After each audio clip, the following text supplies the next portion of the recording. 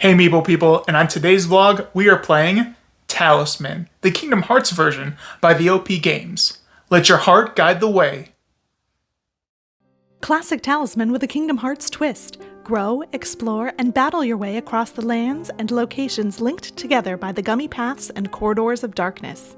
In order to reach the end, you'll need to collect various items, gain followers, and improve your strength and magic. Most importantly, you'll need to locate a Keyblade that can close the door to darkness forever.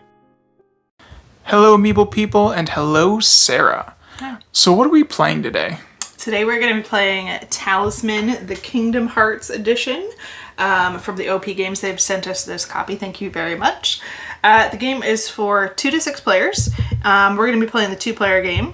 Would you like me to tell you a little bit about it? Yes. All right. Please. So in the Talisman version of, the Kingdom Hearts version of Talisman, we are going to be different characters from the Kingdom Hearts universe, which I'm not very familiar with, but Nick knows a little bit about. As far as I can tell, it's sort of a weird Disney universe. It's like a Disney Final Fantasy mashup. Okay.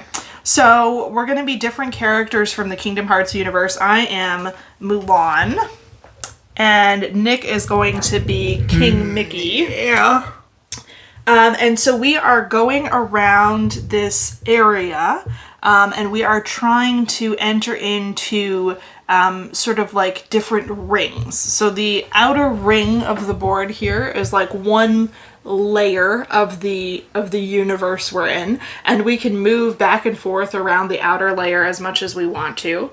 Then the next layer, the second layer inside here, is the next layer, and to get into the second layer you have to enter through one of these portals here or here or here, and then once you're in the second layer, again, you can go around and around as much as you want in the second layer, but ultimately the goal is to get through to this door of darkness here, which means that you have to leave the second layer and come into the third layer, and when you're in the third layer, your goal is to get to the door of darkness and lock it forever with a Keyblade, which you'll have had to have picked up previously in the game. So it's pretty simple. The game holds your hand quite a bit by telling you exactly what you need to do, when you need to do it, that kind of thing. Essentially what's going to happen is on your turn you're going to take a die, you're going to roll it, and that's going to tell you how far you can move. One of the unique things about this game is that you can move in either direction. So this is Nick right over here. If he was going to move right now and he had rolled a 3, he could move 1, 2, 3, or he could move 1, 2, 3. Once you finish your movement, you're going to have different options based on what's on the space that you landed on. A lot of them are going to have this card draw symbol, and it's either going to have one or more cards that you'll draw from this deck over here. They might be items that you can sort of use later in the game. They might be companions that are going to go with you on your travels and help you complete your various tasks. They might even be enemies, which you will have to defeat. So we roll the dice, we move. If we need to draw these cards, we draw these cards. Some of the locations have text, which we'll read and have to follow the text on that particular space. Essentially, we're just going to roll. We're going to pick a direction to move in. We're going to move in that direction, and then once we've ended our movement, we're going to do whatever's on the space that we land on. As we move through each of the layers and hopefully get further and further into the center of the board, the challenges are going to get a little bit more difficult. The monsters that we encounter are going to be a little harder to defeat, but hopefully we're going to be prepared for it, because as we move about, we can increase our stats so that we can be better equipped to deal with those things that we'll encounter as we go through the deeper levels of this sort of maze that we're in. So we each have some special abilities that we can use. There are like resources that we might gather, which are going to let us pay for different abilities, or they're going to let us re-roll our dice, or different things like that. But essentially, it's pretty simple. You roll your dice, you choose a direction to move in, you move in that direction. Once you've finished your movement, you do whatever the space you're on says. If you encounter any monsters or companions or things like that, then you'll interact with them. And the whole point is to get to the Door of Darkness before your opponents and lock it with a Keyblade you've previously acquired. Whoever can do that first is going to end the game, but it's actually comes down to who has the most points to see who's won. And you can get points by having acquired all kinds of followers, objects, trophies, or defeated characters that you still have. Yeah. Not money. Money doesn't count for anything, but like fate tokens and things that you just pick up throughout the game can kind of come to that end of game scoring. And, you know, where you're actually at within if you're out or inner, and if you're actually the one that closed the Door of Darkness, that's like 5 points. And then you roll a die and you get more points for that. So there's a lot of like end game points that you have to kind of make sure you do. So, you know, even if the person's running to close the door, you can, you know, go ahead and keep running around and making sure that you continually gain points throughout the game. So, but yeah, this is for all the Kingdom Hearts fans. It's got a lot of the artwork, some Keyblades, not all the Keyblades, but a good little bit of them. Some nice tokens. But yeah, and some characters, some notable characters. Doesn't have all the worlds because this I is think off. this is a pretty big universe. Yeah, right? and it's based off the first. Well, I mean, it has some characters from other versions of it, but this is mainly based off the first video game. But yeah, so let's get into it, Sarah. Sounds good. Yeah, so again, we will get back to you guys in a little bit and talk to you later. Toodles! Why, hello, Sarah, and welcome back, our Meeple people. So, how's it going so far, Sarah? So I think it's going pretty well. I would say we're maybe about halfway through. In order to actually be able to end the game, you have to have a Keyblade.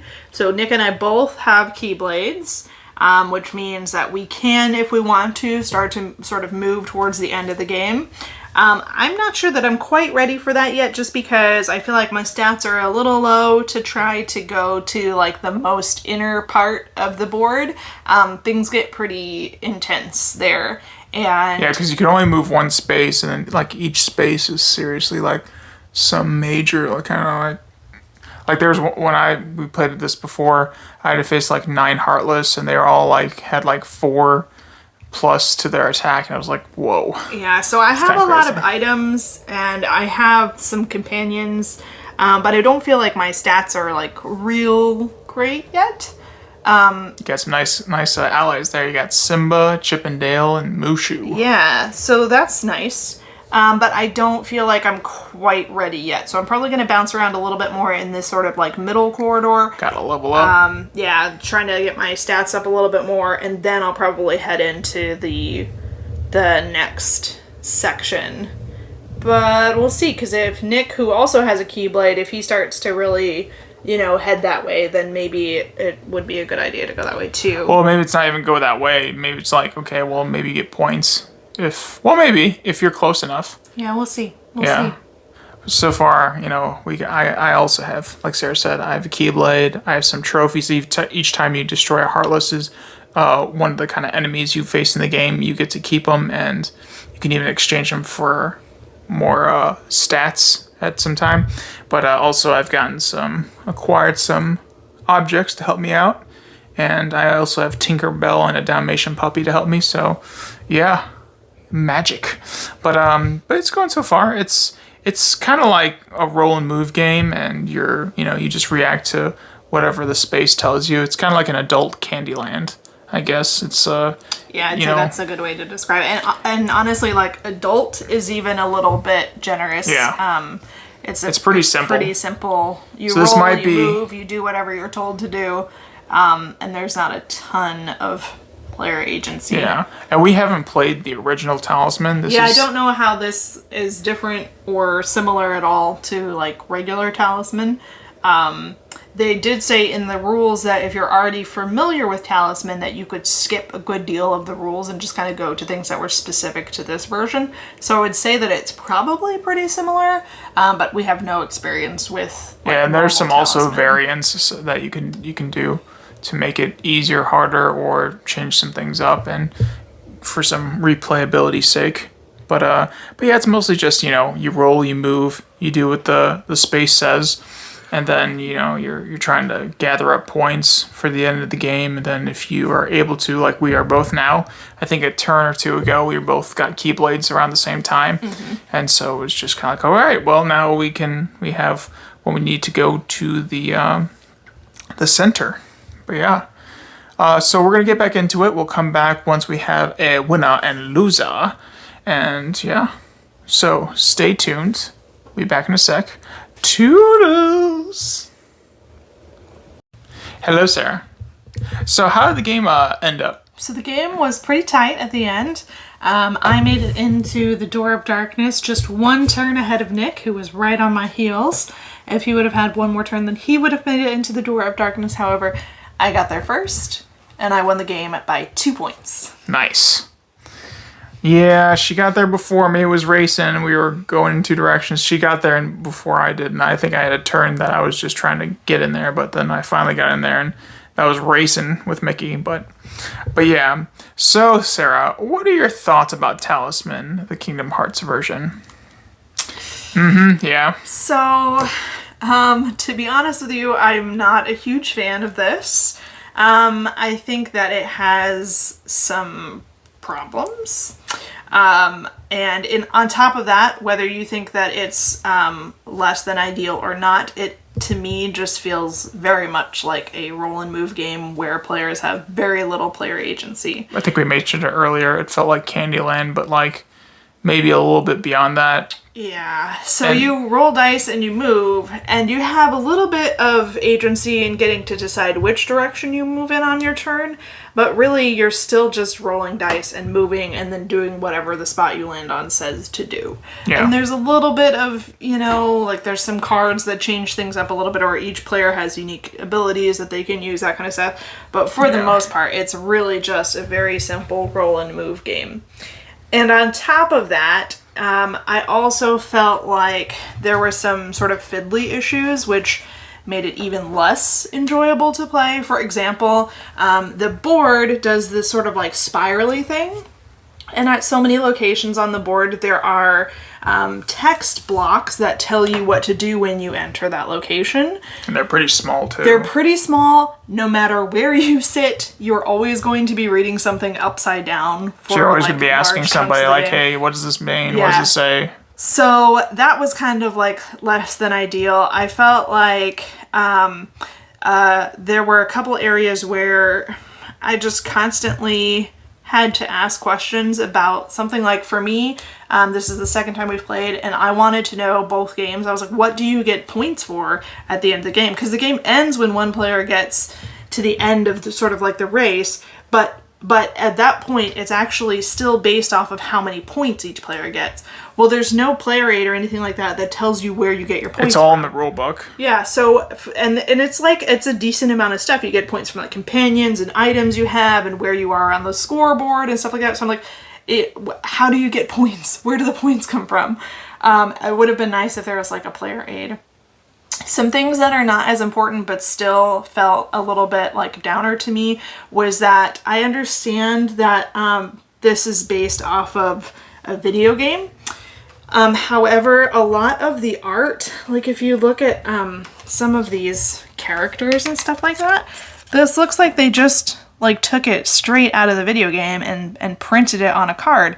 And it wasn't even like a nicely rendered video game or anything. So the artwork I feel like is kind of, it's got this sort of like 90s 2D video game look to it, which I guess if you're a big Kingdom Hearts fan, this is probably what the characters you love are. Well, it looked like in the first game, but then, obviously as technology got better, it would have been nice to see them, because if you look on the board, the places the board is really beautiful. Yeah. It's full of art, colorful art and nicely, rendered pictures, and everything looks smooth. But then nice. But then you come over here and you go to if you go to the followers that you can acquire, the spells that you can acquire, and also anything you can buy, or even you like can notice your character abilities. Yeah, or even your characters. Sometimes you'll look at them and it'll be like, well, that's just... It just looks like these like sort you just of popped 2D... that out of the game, and you didn't really like get the artwork for it. Yeah, so... And I don't know what the the legal, because there's all that legal stuff behind it. But I mean, couldn't there I have been would some kind of assume- effort of like I would assume that if they got the copyright like agreement to create this, then they could have received like, hey, maybe just get the artwork for the character. I don't know what the legal issues may have been, but I feel like if they took the time and effort to create this sort of beautiful, colorful world, it would have also been nice to see some of that, like, I don't know, that joy and that color and that life and that sort of smooth looking art in the cards as well. And this, just like I said, this looks like they just Popped out of the game and said, okay, we're gonna copy paste, and there it is. And it's like, well, there's. If I was playing this game on a console or something like that, I would kind of understand the art looking like this, but it's a board game. They obviously can make it very beautiful if they want to, so I don't know why they just didn't extend that to the cards and like the player dashboards and stuff like that. Kind of a minor gripe, but still something that I sort of took issue with the game. All that being said, I think that if you like Talisman, I don't know how much this differs from like the original Talisman, but like I said near the beginning of this video, it says in the rulebook that if you're already familiar with Talisman, you can skip a great deal of the rulebook for this one. So I would assume that this is fairly similar to Talisman. So if you like Talisman and or you like Kingdom Hearts, I would maybe check this one out. If you don't mind lighter games, or if you're playing with kids who don't play, some of the heavier games yet. Yeah, I mean, this would be, I think, maybe even a good introduction to kids, because it's candy. I hate to keep saying Candyland, but it's just you're rolling, you're moving, you're reacting to the space. And then you get some of the cards, but the cards are pretty self-explanatory. I mean, some things are a little in the gray area, but I mean, most of the time you can understand what the cards mean and say, and like how you're supposed to interact with them. So I feel like if a parent is playing with the kids, I mean, the kids, I feel like would be like, oh, this is really cool. I feel like kids would be able to look over some of the issues that I took with the game. They wouldn't even consider it, right? Like, they're not going to care that the artwork here isn't as nice as the artwork here. They're not going to care about that at all. They're probably not going to mind like getting up and bouncing around so they can see the different, the different orientations of the text, that kind of stuff. I think if you are playing with kids, though, you may want to be aware that not everything is, like, there is no player aid, right? And there's no player aid. Like we said, the text is small, and so the kids are always going to have to, and a couple times we were pretty close to death. Like, I don't know about you, but I was... There is a portion where a hero can be, like, defeated, and if a hero is defeated, then the game changes a little bit. Now, we did not experience that. We did get pretty close to it, like Nick said, but neither one of our characters were defeated, so I'm not sure exactly You become how like that a Heartless changes for a little bit, but then you will... No, your card goes away, and then you'll go ahead and you'll actually get another character. So it's not like you're eliminated from the game. You will get another card, but it just there's that possibility of losing that character, which kids might not always take the kindest to, and maybe even some adults might not be like, but I wanted to be King Mickey. Why did he have to die? Well, you pushed your luck.